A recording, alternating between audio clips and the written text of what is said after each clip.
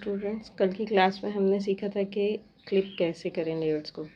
अभी ये तो खाली पेज है जैसे, तो इस पर कोई भी लेयर वगैरह का ऊपर ऑप्शन नहीं आ रहा है यहाँ पे। तो यहाँ पे कोई इमेज ऐड करते हैं, उसके बाद फिर देखते हैं ऑप्शंस जो ऊपर आएंगे।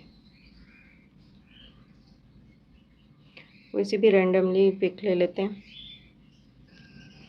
हमने यहाँ पे ये वाली तस्वीर सेलेक्ट कर ली। अब ये प्लस के आइकॉन पे मैं क्लिक करूँगी और इसे फिट टू पेपर कर लेते हैं। ये पेपर पे सिलेक्ट हो गई ऐसे।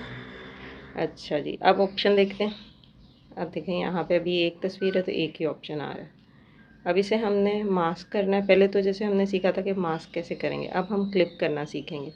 तो उसके लिए कोई सी भी शेप ले सकते हैं आप, किसी चीज़ में से भी शेप आप ले सकते हैं। चाहे तो आप शेप्स में से ले लें, पीएनजी इमेजेस में से ले लें, कहीं से भी आप सिलेक्ट कर सकते हैं।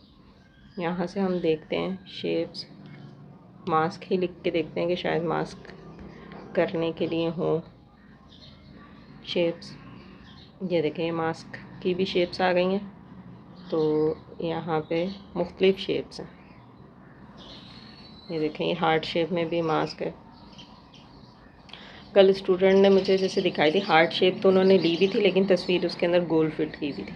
अब ये देखें, यहाँ पे हार्ट के ऑप्शंस हैं काफ़ी सारे। ये देखें, मास्क के ऑप्शन आ रहे हैं कि यहाँ से आप ले सकते हैं। आप पीएनजी इमेजेस में मास्क सर्च करेंगे तो ये वाले ऑप्शन आ जाएंगे। मैं ये पहला ही सिंपल ऑप्शन ले लेती हूँ ताकि समझने में आसानी हो। अब मैं सिर्फ़ अगर सोचूं कि मुझे सिर्फ़ इतना पार्ट चाहिए, इतना, तो यहाँ पे हम मास्क करते हैं, थोड़ा इसे बड़ा कर लेते हैं।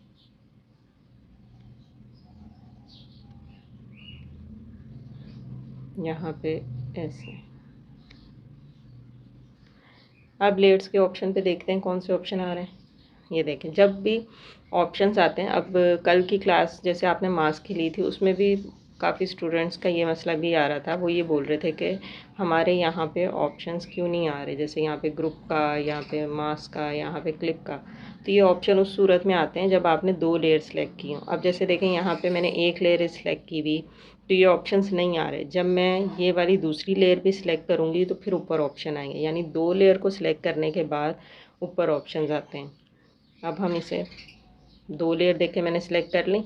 अब ऑप्शन आ गए ग्रुप का, मास्क का और क्लिप का।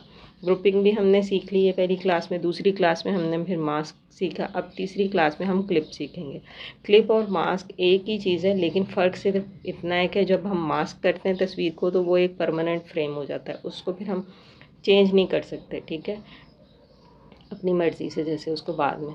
क्लिप का ये फ़ायदा है कि क्लिप करने के बाद आप जो है तस्वीर को चेंज कर सकते हैं, यानी उसमें जो तस्वीर क्लिप की हुई है उसकी भी पोजीशन चेंज कर सकते हैं, छोटा बड़ा कर सकते हैं, और जिस आपने शेप से मास्क किया हुआ है उसको भी आप छोटा बड़ा कर सकते हैं या उसको चेंज कर सकते हैं। अब हम क्लिप करके देखते हैं। ये देखें, हमने क्लिप कर लिया। अब इसमें आप देखें दोनों ऑप्शन आ रहे हैं, ये चेंज भी हो सकता है, ठीक है।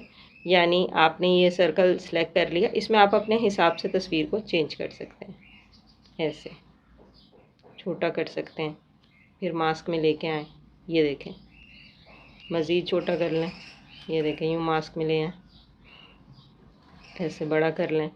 तो यानी जब आप तस्वीर सेलेक्ट कर लेते हैं उसके बाद भी आप उसकी पोजीशन चेंज कर सकते हैं मास्क में अपने हिसाब से,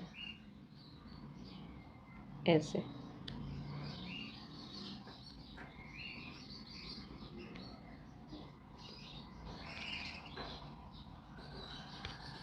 ये तस्वीर रीसाइज़ यहाँ से भी कर सकते हैं। ये देखें, यूँ यहाँ से रीसाइज़ कर लें, ऐसे। ये पूरे मास्क में अंदर की तस्वीर रीसाइज़ हो रही। दोबारा क्लिक करें, इसे डिसेलेक्ट करते हैं, फिर से क्लिक किया, अब ये हो गया, ठीक है। फिर से रेयर के ऑप्शन पे जाते हैं। अब आपको अगर मास्क पे चेंजिंग करनी है तो आपने नीचे वाली जो लेयर है मास्क, इसको छोड़ें, क्लिक करा हुआ, इसको मैंने हटा दिया। अब अगर आपने ऊपर का जो मास्क है उसकी लेयर को आपने उस पर वर्क करना है तो आपने यहाँ पे मास्क वाले ऑप्शन पे क्लिक करना है। जो मास्क वाली लेयर है ना, उस पर क्लिक करना है। ये जो लेयर है ये 2 लेयर है, यानी मास्क और तस्वीर दोनों की लेयर है। इस पर क्लिक नहीं करना, ये जो सिर्फ मास्क की लेयर है ना, इस पर क्लिक करना। ठीक है, इस पर क्लिक किया हमने, और अब देखें, अब ये मास्क का साइज़ चेंज हो रहा है। ठीक है, इसमें से पोजीशन भी चेंज हो रही है और साइज़ भी। अब ये फ़ायदा इसमें कि जैसे आपने तस्वीर बना के उसके बाद पोजीशन चेंज कर रहे हो सकता है क्लिपिंग जैसे हम करते थे वो परमानेंट हो जाती थी, उसके बाद कोई हिस्सा क्रॉप हो गया, जैसे यूं क्रॉप हो गया गलती से, जैसे क्रॉप हो गया। लेकिन क्लिप का ये फ़ायदा क्या, आप इसे बाद में ज़ूम आउट ज़ूम इन कर सकते हैं, इसका साइज़ चेंज कर सकते हैं, और इसकी जैसे मूव करके कोई सा भी पार्ट इसका लेके आ सकते हैं फ्रेम में। इसी तरह नीचे वाले को सिलेक्ट कर लेंगे तो फिर जो हमारा मास्क है उसकी भी मूव हम कर सकते हैं, उस पर भी हम काम कर सकते हैं। हमारा क्लिप का वर्क, क्लिप के वर्क में बस ये है कि अगर आप ग्रुपिंग भी कर देते हैं तो ये फिर जो है ना मूव करते ही रहती है, तो जहाँ पे आपको फाइनल करना हो आप वहीं पे इसकी ग्रुपिंग करें, सॉरी इसे क्लिप करें और इसे रखें। अब हमने जैसे क्लिप सीख लिया, सिंपल क्लिपिंग सीखी। ठीक है, अब हम इन्वर्स क्लिपिंग सीखते हैं।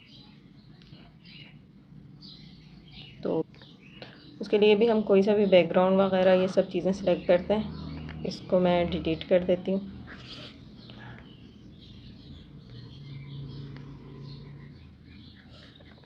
अभी ऐसा है कि जैसे अगर आपको किसी बैकग्राउंड में अपनी तस्वीर को एडजस्ट करना है, जैसे आप तस्वीर उसके ऊपर लगाना चाह रहे हैं, तो यहाँ से कोई बैकग्राउंड देख लेते हैं।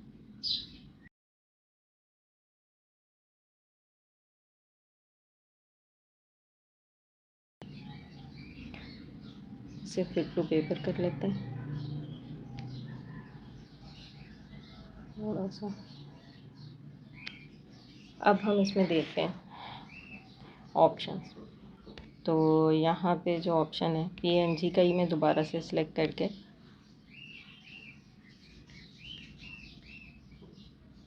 मास्क ये वाला आप सिलेक्ट कर लेते हैं।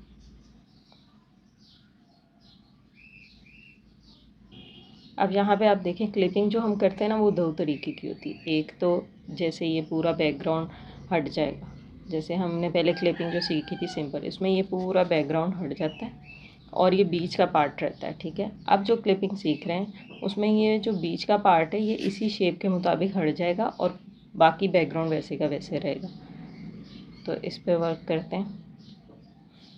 अब इन दोनों पे क्लिप का ऑप्शन करते हैं। ठीक है, अब मैंने क्लिप किया, देखें बीच का पार्ट रह गया, लेकिन मैं चाह रही हूँ कि बीच का पार्ट जो है वो हट जाए और जो साइडों की क्लिपिंग है वो रहे, यानी जो साइडों का ये बैकग्राउंड है वो रहे और बीच का जो है वो हटे बीच में से, जैसे वो हिस्सा हम बैकग्राउंड से रिमूव कर दें। तो उसके लिए हम ये ऑप्शन इस्तेमाल करेंगे, इन्वर्स क्लिपिंग। ठीक है, मैंने इसको हटाया तो नीचे का जो बैकग्राउंड जैसे ब्लैक था उसकी वजह से ये जो साइड का हिस्सा है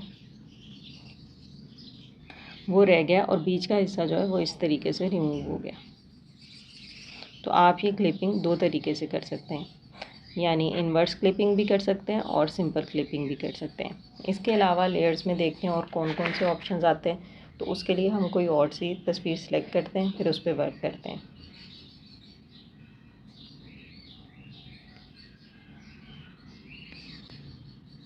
यहाँ पे मैं कोई सी भी ऑनलाइन पिक ले लेती हूँ जिसमें जो पहले से ऑलरेडी जैसे लिखी हुई हो और सब चीज़ें उसमें हों। यहाँ पे हम लिख लेते हैं पोस्टर वगैरह लिखते हैं,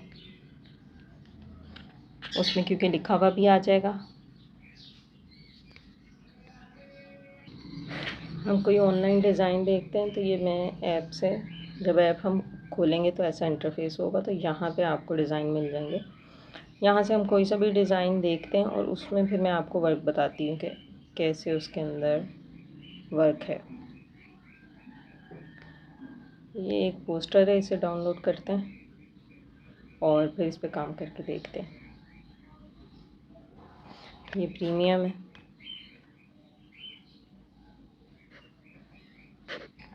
अब जैसे ये एक डिज़ाइन हमने ऑनलाइन डिज़ाइन सेलेक्ट कर लिया, अब लेयर्स के ऑप्शन पे जाते हैं।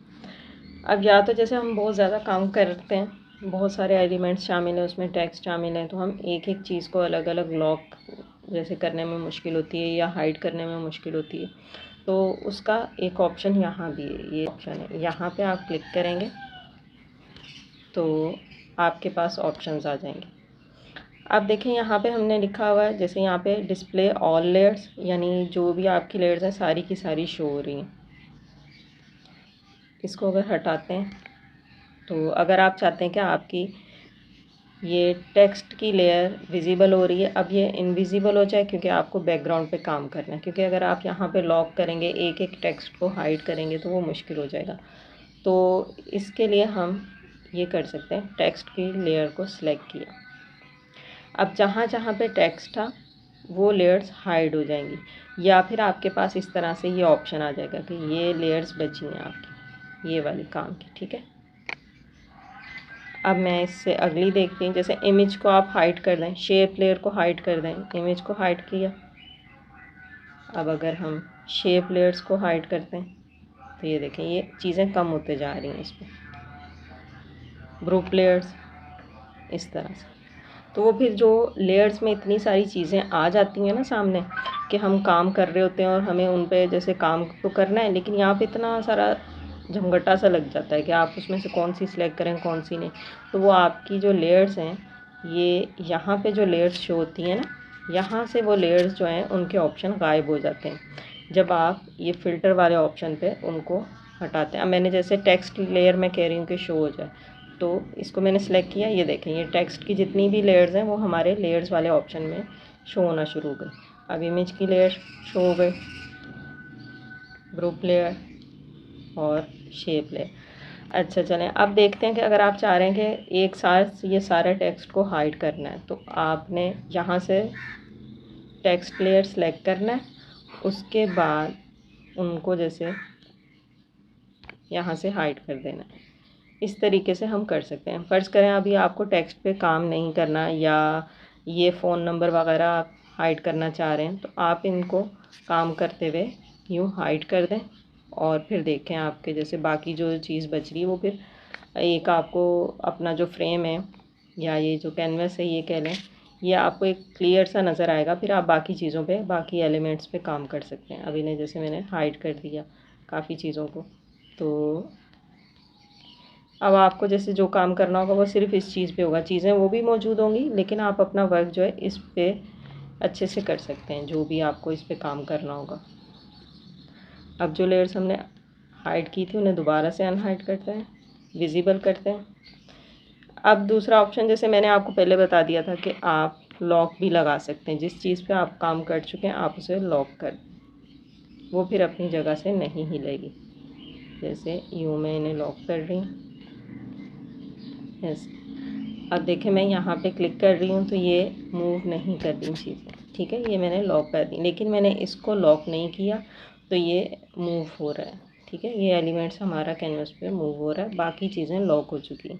तो इस तरीके से आप काम इस पर कर सकते हैं। अब एक और ऑप्शन आता है, जैसे ये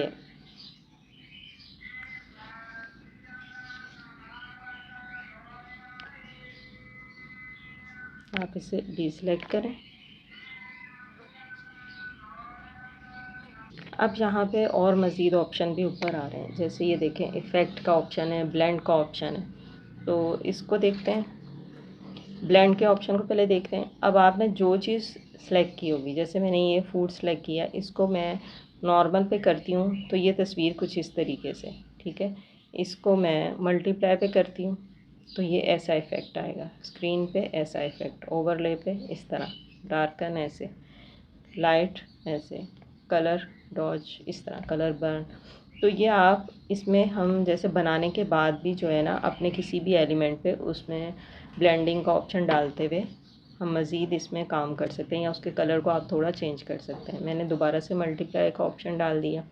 इसके अलावा इफ़ेक्ट्स हैं, तो इफ़ेक्ट जो है वो आप अपने हिसाब से सेट कर सकते हैं। जो एडिटिंग वगैरह करते होंगे उन्हें थोड़ा बहुत पता होगा, और वैसे भी जैसे मोबाइल यूज़ करते हैं, तस्वीर कोई खींचते हैं, कैमरा में भी ये ऑप्शंस आते हैं, ब्राइटनेस के हो गए, इन सब चीज़ों के। ये सैचुरेशन का ऑप्शन है, ये रिमूव कलर का ऑप्शन है। अब आप रिमूव कलर का जब ऑप्शन आएगा एक चीज़ और भी है कि कुछ स्टूडेंट जैसे तस्वीर वगैरह सेव कर रहे हैं, तो वो ये बोल रहे हैं कि जो हम बैकग्राउंड लगा रहे हैं वो तो हमारा सेफ नहीं हो रहा जब हम गैलरी में ले रहे हैं, या वो ब्लैक आ रहा है। तो उसमें आप लोग ये गलती कर रहे हैं कि आप लोग ऐसे बैकग्राउंड सेलेक्ट करके उसको यहाँ से ट्रांसपेरेंट कर रहे हैं, ट्रांसपेरेंट बीजी यानी कि ट्रांसपेरेंट बैकग्राउंड। और आपको चाहिए कोई भी बैकग्राउंड जब सेव करें तस्वीर तो उसमें कलर होना चाहिए, ठीक है, वरना तो ये ट्रांसपेरेंट सेव होगा। ये लोगो वगैरह के लिए इस्तेमाल किया जाता है। अब जैसे मैं इसे ट्रांसपेरेंट करूँगी, अब जब ये तस्वीर सेव होगी उसमें ये सारे एलिमेंट्स शो होंगे। जब ये तस्वीर हम कहीं पे इस्तेमाल करेंगे तो ये सभी एलिमेंट्स ऊपर शो होंगे, लेकिन जो इसका बैकग्राउंड होगा वो रिमूव होगा, ठीक है। इसको दोबारा से कलर कर लेते हैं, यहीं से कोई कलर सेलेक्ट कर लेते हैं, यही अप्लाई कर देते हैं दोबारा से, ठीक है।